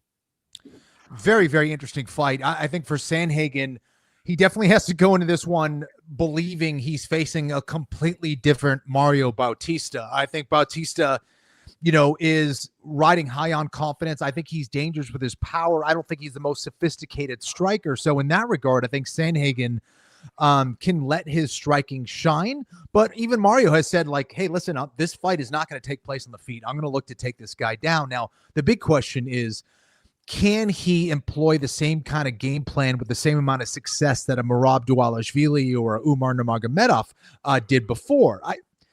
I have my doubts. I don't know if he has that same level of pressure or that same level of technical ability that those guys do with their takedowns. I also don't think that Mario is as sophisticated a striker as Nurmagomedov, but I think his mental strength, his physical strength, his conditioning, his pressure can be similar. It's up to Sandhagen and how he's going to fight, because sometimes we see Sandhagen go up against these guys that put a lot of pressure, especially with their grappling, and he doesn't let his striking shine. He doesn't throw enough volume. And because of that, he loses some close decisions. So Sandhagen's got to let it fly. He's got to fight with confidence, get off to a good start. And I think if he does that, Sandhagen should win. I'm leaning the way of Sandhagen, but I do think Bautista is going to be dangerous out there. Fascinating matchup. Can't wait to see the rematch, Sandhagen and Bautista under the lights this weekend at T-Mobile Arena. That brings us to the co-main event. We've spent some time on this today in the lightweight division. Benoit Saint-Denis, minus 142. Paddy Pimblett is plus 120. So Pimblett, 31 years of age, coming off the loss to Gaethje, and now he draws the hard-nosed Benoit Saint-Denis, who has ripped off 4 in a row. Yanni, who do you like? Man, the sharp bettors out there cost me a wager on Paddy the Batty. And I even have a Paddy t-shirt. I had it ready to go, John. I was going to wear it and all, but they just extracted all the value. I mean, BSD opens minus 200. You're able to get plus 155 on Paddy. Then you're able to get plus 125 on Paddy, 135, 140. I mean, it just kept dropping. Now it's down to plus 120. And again, they extracted the value. And how he's going to bounce back off the Gaethje loss is still a question. Now, you do expect his confidence to be at an all-time high because of the Topuria loss to Gaethje, meaning seeing how Topuria turned out, I think gives Pimblett some confidence. Like, hey, I withstood it. Like, Gaethje is who he is. Like, Topuria was arguably the most feared man, most avoided man. And, we saw Gaethje finish him. And if anything, for Paddy, that's got to be a positive mental-wise. I can't quantify it, but it's got to be a positive. And I thought this was closer to a coin flip than either fighter being a 2-1 favorite. So I was like, yeah, Paddy plus money, I'm all over it. But the problem is, again, they extracted too much of the value. And even though on paper he's the more technical guy as far as striking goes with the higher strike differential, BSD still has that power edge. And we know Paddy's chin has been tested and appears to be granite, but he still has that power advantage when you see that 5-to-1 knockdown ratio. And that's hard to overlook. Again, and in the grappling, it's hard to see who's going to have the advantage. I think BSD is going to have more control time possibly, and he's got the more impressive takedown ratio. But I think Paddy's more the sub threat and going to do more damage if he's on top. So it's a tough one to call. I do think it's closer to a coin flip than either one being a 2-to-1 favorite. Gun to head, I'm taking the plus money every time. But I do think the value's been extracted. And I now it's at that range where I can't fault bettors for taking the Saint Denis side. I need like close to that plus 140 range, and I'm on Paddy Pimblett. Maybe I'll get there, but price is everything to me. And if I can't get it, I have no problem passing. My goal is always to place good bets. Even if I lose, I'm comfortable if I know I placed a good bet. I don't like to place bad bets and feel like I'm guessing. And in this point, that's how I would feel at this price. You mean like me on Mexico last night, just looking for a little action? Yeah. Looking for action? Yeah. So it's interesting, right? Benoit Saint-Denis, Kenny, hasn't lost with Nicholas Ott as his chief corner. He's ripped off 4 in a row, and oftentimes our fighter meetings, it's just all about the coaching and the strategy and the commitment. And, I do think Paddy Pimblett's the better athlete. What do you make of the co-main event? John, I got to give you kudos for picking these fights here that you had us break down, because with each fight as we go, closer to the main event, I get less and less confidence. Right? So it's tough, man. Listen, both of these guys, we've seen these guys in fights many times where they've been on the verge of getting knocked out, getting their back taken, and then also coming back and, winning a fight where they were losing, so it's like there's so much chaos with both of these fighters. So I wouldn't touch this fight with a 10-foot pole. But I agree with Yanni here in regards to kind of leaning towards the underdog here. So the underdog being Pimblett, I'm going to pick Pimblett in this one. But there's a lot that can go down. Is it going to be the wrestling of Benoit Saint-Denis that kind of gets it done here with his control? I think it's going to be difficult to submit someone like Pimblett. I think if someone gets a submission, perhaps it's Paddy. I think Patty's certainly going to be the faster guy, but both guys aren't necessarily technicians when it comes to striking on the feet. Not to say they're not dangerous. They're just not the most technical guys. And because of that, I see a whole lot of mistakes in both of their games. They are dangerous. They are exciting as hell as a result. So I just see a tremendous amount of volatility in this one. I think it's going to be a really fun fight. Who wins this? I don't know, but I'm leaning the way of Patty Pimblett. All right, your welterweight main event at UFC 329, Max Holloway versus Conor McGregor. Right now, Max Holloway minus 225 or so, Yanni. Conor McGregor comes back plus 185. So Holloway humbled a little bit by Charles Oliveira back in March at UFC 326, now fighting at welterweight and welcoming back the biggest star in the sport's history, Conor McGregor, competing for the first time since July 10th, 2021. On that fateful night, he unceremoniously snapped his leg, hasn't fought since. We saw Max Holloway north of minus 300, now settling, or should I say moving, but minus 225, Yanni. What say you about the main event?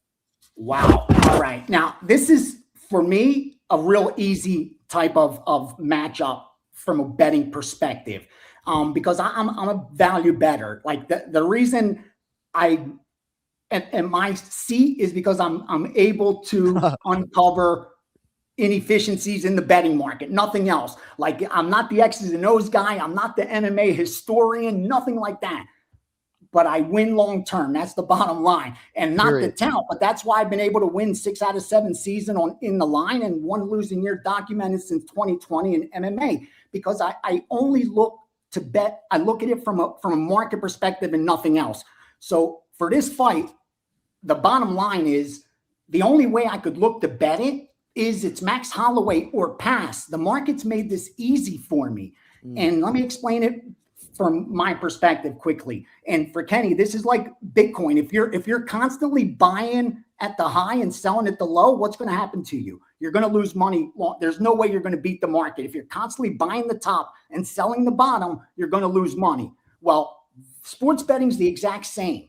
And in this situation, that's what I would be doing if I was betting on the Conor McGregor side, because this line opened up on a while ago with Max a minus 600 favorite. He sat around minus 50 for a while, sat around minus 440 for a while, sat around minus 400 for a while. Then he went on Ariel Helwani on June 14th. By June 16th, he was down to a minus 270 favorite. So within a couple days, he went from an implied win probability of 82% down to 73%. That's a double-digit change in implied win probability off of a couple of interviews. That's the power of Conor McGregor on the mic and promoting a fight, and more importantly, himself, his side. And there's a lot of bettors in the space who haven't seen Conor. They only heard of Conor. They only know of the legend of Conor. And when they see this version of him, they can't wait to bet him at plus money. So if you got him at plus 450, plus 370, plus 350, plus 300s, all those prices that have been available for the last 4 weeks, you did a great job. You placed a phenomenal bet, and Conor's got a good, he could go out there and finish, Max. Why can't he? But where it stands right now, minus 225, Holloway's break even now, 69%. He went from 86% to 69%. That's a 17% change in implied win probability. It only forces me in one side. I can only, for X's and O's aside, I can only bet Max or leave it alone. And what I think is going to happen is you're going to get even more Conor money as fight week is here. And he starts talking even more in the interviews. He's a master of it. He even makes me want to go bet him. And this line's going to drop probably even more. And sharp bettors are going to scoop in there and bet the Max side, thinking we have the value and got a good bet down. And Conor may make us all look foolish by going out there and knocking Max out. But I just can't bet that side. Older, coming off an injury, inactive, the weight class. And when I look at Max, 14 fights against 4 fights in the same period of time in the last few years, it's Holloway or pass, and they're forcing me on Holloway to even bet. Like, forget pick. They're going to make me bet it because they're going to make him less than a 2-to-1 favorite. And at that point, I got to get to the window. Yeah, it's so interesting. We acknowledged the betting line probably 3 weeks ago and just felt like there's no way that plus 330 on Conor is going to stick around, right? I didn't necessarily think about him cracking a mic and that leading to some of the movement. But Ken Flo, Max Holloway minus 225, Conor McGregor plus 185. What do you say? Gosh, what a fight. So intriguing, so interesting. I think for Conor, there's so much that can change in 5 years, guys. Both for the positive and for the negative. Someone can build themselves into a completely different person, a completely different fighter in 5 years. However, that's 5 years away from competing. What is that going to look like? And I think there's also questions on the Holloway side when you look at the fact that, he's been dropped 3 times in 3 fights. All different weight classes as well. How is that going to hold up at 170? I imagine both these guys will probably walk into the cage in and around 185 pounds or so, 182 to 185 in that range. Mm-hmm. But how your body can withstand punishment and what kind of force you can create at that weight is going to be very interesting for both men. I think that for Holloway, it could be that, hey, those weight cuts were tough on him, and now his chin is going to be that much more powerful. I don't know. So there's a lot of question marks for both guys. From what I've seen, the very little footage of Conor McGregor, I've seen 2 significant things. And these were 2 vulnerabilities in his game. One, his lead leg, putting so much weight on that lead leg. He used to put so much damn weight on that lead leg because he was trying to load up and land that backhand. And the other thing is he'd throw it and he'd put himself off balance and then keep that kind of lead hand down low, which he would get countered with or get hit with. So I think he's not doing that as much from what I've seen. He has a much more balanced stance where he's not having a lean forward bias, which means he can block leg kicks. That's going to be significant for that lead leg. The other thing is I'm seeing a guy who's holding his hands up a little bit more and not trying to force knockouts, leaning forward, throwing himself off balance with those big overhands. So I think that's a good sign. And he kind of keeps referencing to the fact that he's not trying to show so much. He doesn't want to show those changes. I think that's good. I think at his core, he is a martial artist through and through. Martial artists like to improve. They like to evolve. And they like to look at themselves very honestly so they can change moving forward. I think we'll see that Conor McGregor. I'm going to lean the way of Conor McGregor because I think Conor can win this fight, and I do think he can potentially stop Max Holloway within 15 minutes. The problem is, after 15 minutes, I see Max Holloway, even if he lost those first 3 rounds, he can come back and stop Conor McGregor within 10 minutes. His volume, his pressure, and when he sees a weakness, there's not many better fighters than Max Holloway who will see that weakness and poke at it and keep exploiting that until he gets the finish. Max is one of the toughest mentally, physically, spiritually fighters that I've ever seen. And I think it's going to be an amazing fight while it lasts. If it goes the distance, I think Holloway wins. If it doesn't, I see Conor McGregor getting the win. But I'm going the way of Conor. I like him in this underdog spot. I would have liked to have, the numbers when it was a little earlier on in the game. But hey, that's where we're at. I'm going to go Conor. How about it? Ken Flo's official prediction, Conor McGregor. All right, we have the legendary King Green coming up in about 2 minutes. But first, you guys have $3,000 to spend. UFC 329, McGregor v. Holloway, Act 2. Gianni the Greek. It's been an outstanding 2026 for you. Your mic is hot. How are you spending your 3 dimes? Yeah, gonna stick to finding the best value for us real quickly. 3 small value bets, all for 250. Cody Durden at plus 215. Bottom line, short notice fight for Alessandro Costa. This is his 3rd fight in 2026, and we're only in July. I like Durden coming off a win. I just don't see the disadvantages. They should be this big of a dog. And then Zach Reese also. I think it's a coin flip fight. Gun to head. I think he probably gets knocked out, but I don't think he should be a plus 120 dog in this spot. Huge strength of schedule advantage. And when I zoom out with Reese, he's 4-1-0-1 in his last 6, and I'm getting plus money. He's got a 3-inch reach advantage in this spot. Again, I think he's live. And the final dog was Batista at plus 120, 124 for 250 as well. Again, this one's a lot closer to coin flip. We talked about it. Don't want to waste more time. I know King Green's about to come on. And now the 2 big bets. I'm going to start off with Wang Kong over Tracy Cortez. Now, Cortez opened the -170 favorite, and within 30 minutes, Kong was -155. That's how much sharp money Kong attracted as a dog. Well, now she's right about a coin flip at -115, and I still think there's more than enough value there. Again, 4-1 since her road to the UFC win. You're getting that name recognition, and fans of Cortez, that is why you charge the premium at the betting window, and that gives me Wang Kong at a huge discount. And this is exactly the type of opponent that's going to give Cortez problems with that striking. So I like Kong. I'm going to put 1150 to win 1,000 on her. Okay. That leaves me 1,100. I'm not even going to waste parlay money. I'm going to put the whole 1,100 on Krylov to win 1,430 plus 130. I just think there's that much value. You give me plus 130 on a coin flip, I have to do it.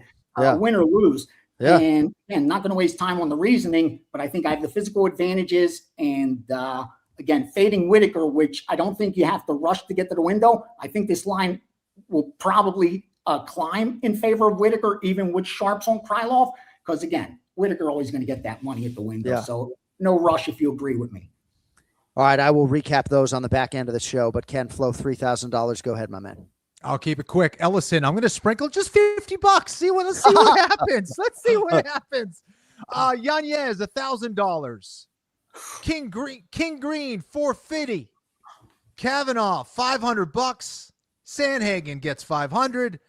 And Conor McGregor gets $500 as well. Let's go. Let's see what happens. This is going to be exciting for me. All right, Gianni the Greek, best in the business on IG at Gianni the Greek _ my man. Outstanding work today.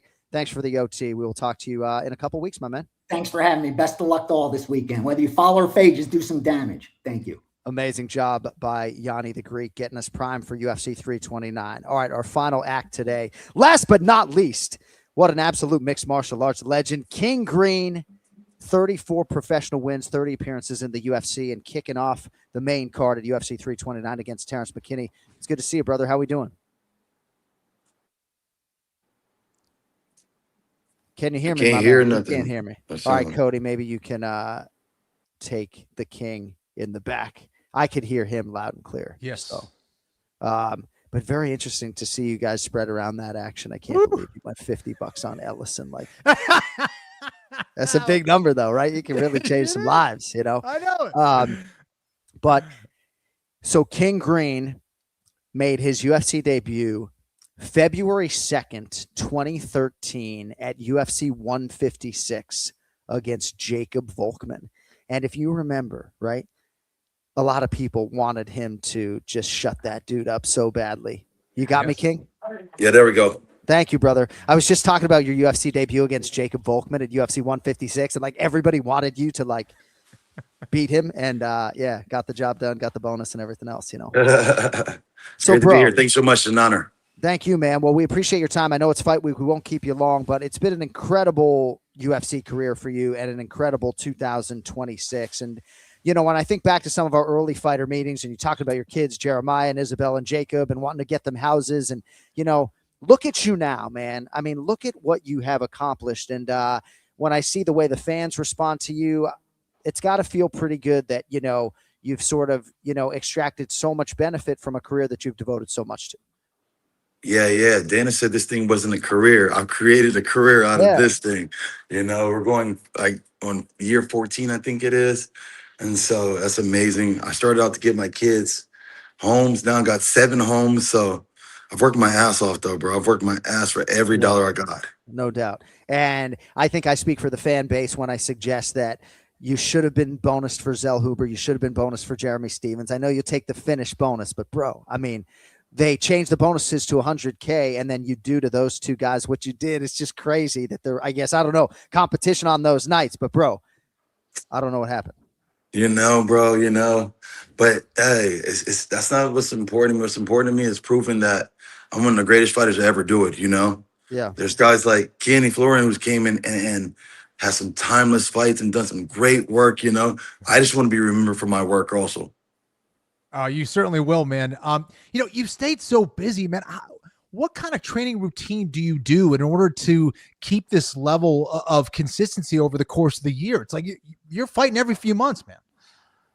man, I think this is the fourth fight in like 6-7 months, you know? Yeah. It's nuts. And be getting almost 40, like no one's doing it at this rate, Kenny, you know? And so I'm just absolutely psyched. That's it. I'm just crazy. I don't know what I'm doing, but I'm just doing it. Dude, well, listen, Terrence McKinney is a crazy fighter himself, you know, comes out hot in round one. Is that a concern for you? And what do you have cooking up for him? We got to see all that fight night on what we cook up. I'm just taking it one day at a time. I know he's a firecracker. He's a wild card. You don't know what you're gonna get. You don't know what you expect, but you know you better expect something right away because he's coming across that cage and he's gonna let you know. It's gonna be really interesting. I'm a real like mental guy when it comes to this stuff. Like I'm reading everything and the traps I need to set and everything's gonna be in play. It's gonna be really interesting.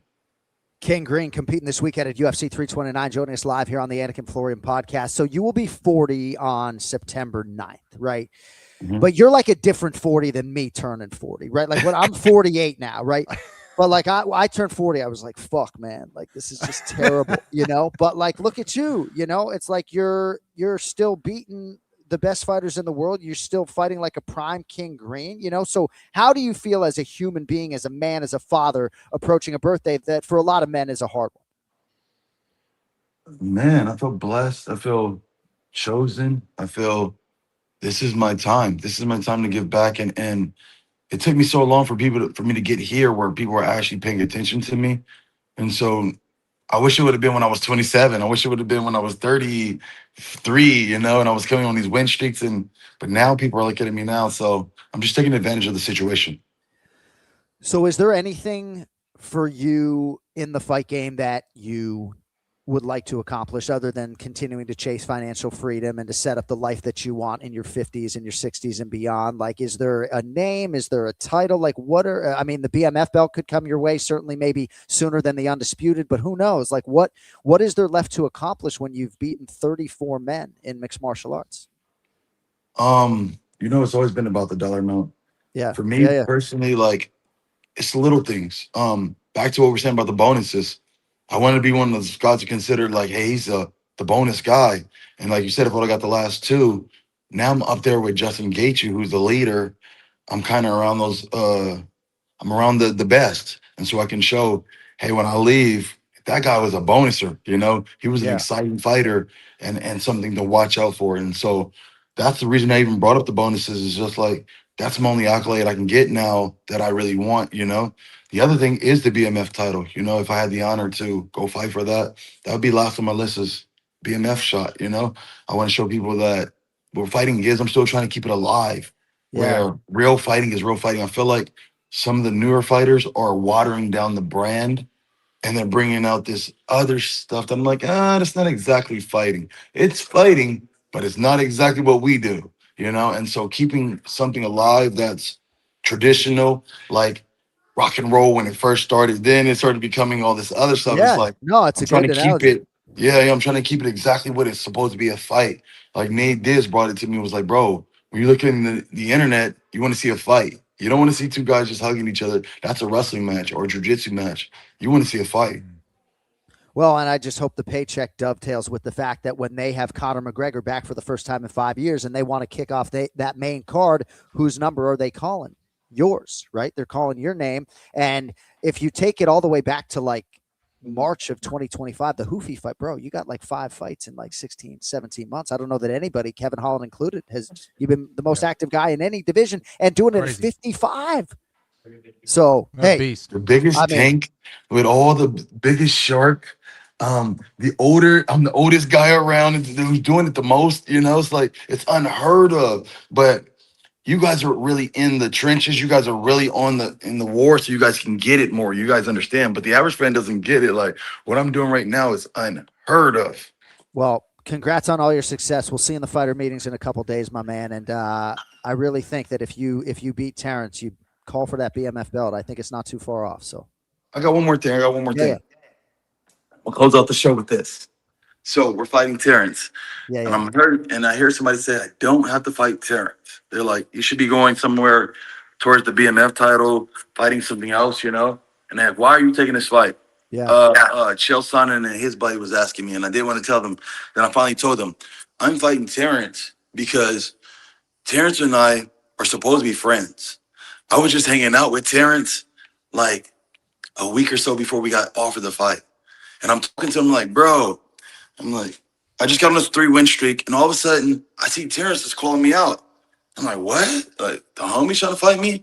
And I'm raised by like Nate Diaz, and that's like my big cousin Nate Diaz. So Nate Diaz, first thing when we started getting cool, he was like, listen, we don't fight the homies, you know? You fight everybody else, don't fight the homies. So when I shook hands with him, we agreed we're not fighting each other, and I can't fight Gilbert, you know, and certain guys that we cannot fight because we're homies, you know? And so now these guys, they got a whole nother mentality where I'm like, why do you even want to fight me? There's so many people to fight. Why you want to fight me? And it's like, they see that I'm getting some new fame, some new notoriety, and they want to shut my light down. And it's like, I thought you was a friend. I thought you was a homie. So like, I'm talking to him like, so why you want to fight me? Is it that like, I'm getting that shine and you want to take my shine? What I want to tell Terrence is this. Whoever loses this fight, they're going to say he was washed. If I beat him, they're going to say, oh, you beat a washed guy. He's been beat before. He's been lost. And if he beats me, they're going to say, oh, he's old. He's washed. Like, it does nothing for me to take this fight.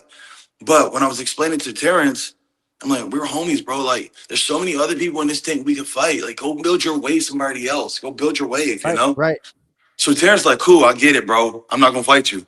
So I'm like, okay, cool. We're not going to fight each other. We're hanging out. I'm like, bro, come train with me. I drove to LA to go pick him up. I brought him a car. I brought some clothes. I'm like, man, I'm going to take care of you. I got you, bro. You know, come train with me. I'm going to show you something. And what I want to show him was the things I saw, the holes in his game. I'm like, I don't know if you know exactly what fighting is or if you're just fighting. There's a difference between the two. You know, everything I'm doing, I'm strategically thought about it before it actually happened. Or was I just out there swinging and I just hit a guy and it just worked, you know? Yeah. So I'm trying to teach him something. All right, we leave. And a week later, he texted me again. He's like, they're offering me the fight. And he's trying to show me his manager and stuff. And it looks like, oh, they've been trying to hype this shit up for weeks. You know, they've been working at this, trying to get me. And so I already told him, we don't fight the homies. Yeah. But now I feel like you pressing me. I felt like you think I'm a bitch. You know what I mean? I felt like you think I'm an easy fighter, or you think this is a game, or I don't know what you think this shit is. But now I just didn't even answer him no more after that. No more. No, we're taking the fight. I didn't even tell him much to take the fight. Like, oh no, we're gonna scrap now. Because now you playing with me and you think this is something else. It's like, bro, there's so many other people you could have did this with, but now you play with me. Let's go fight. You want to get cracking? We can get it cracking.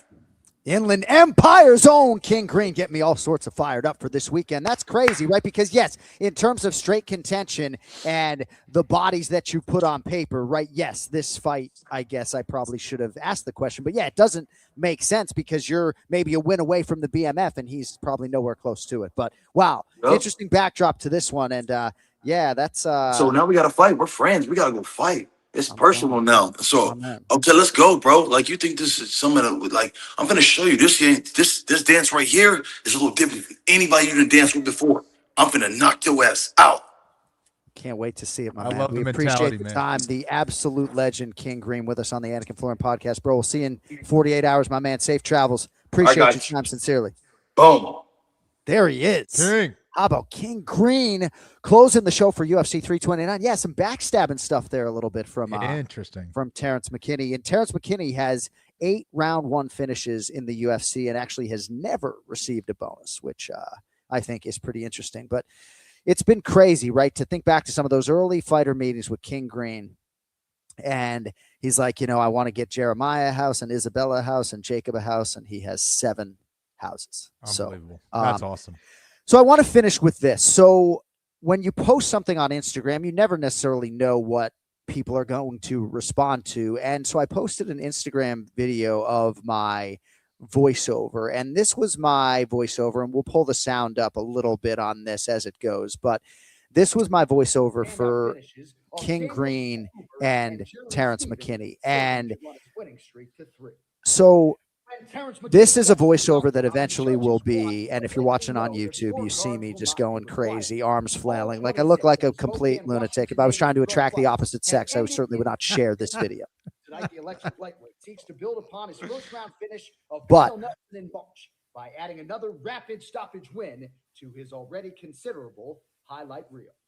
So this is more, I think, educational and cool for people to see how we do this. This will then be repurposed in the arena and on TV, and it'll have music behind it. And so a lot of people were saying, oh, I thought he did that live. So we do a lot of things live. Like I can tell you, Mike Goldberg would put like the billboards on tape, like UFC 329 is brought to you by. And when I started, I asked if we could do that live. So I would like to do as much as possible live, but we do 13 of these features for the fight in terms of voice preservation on the night. I can't be doing all this stuff live, right? But I do try to do this in one take. I think this was take 4, but I try to give them one clean take, but it just gives you a little insight into the process. And what I would say to young broadcasters is, like I got some tics and maybe could control my body a little bit better, but you can't fake passion and energy. And that voiceover in my mother's kitchen has to translate to 22,000 people in an arena. So, thought we might have the time to peel back that video for you today. So there it is. Hope you enjoyed. I love it, man. We got to get on out of here. Thanks to King Green, of course. Thanks to Brandon Royval and Ray Longo and RJ Clifford. Our producer is Cody Merrow. Also, special thank you to Nate Bronson, repping all the smoke, and he will be in Las Vegas with us, so we're very excited about that. Potentially some Anik and Florian podcast content, we shall see. But we'll be back with you on Monday, and we will see what the return holds for the biggest superstar in mixed martial arts history, Conor McGregor, against Max Holloway. Can't wait. We'll see you all on Paramount Plus this weekend. With that, for Ken Flo, I'm John Anik. Thank you all for watching. Subscribe to the Anik and Florian podcast YouTube channel if you'd be so kind. And we will see you all live for UFC 329. Have a great day and a better evening. Until next week. Yo, later.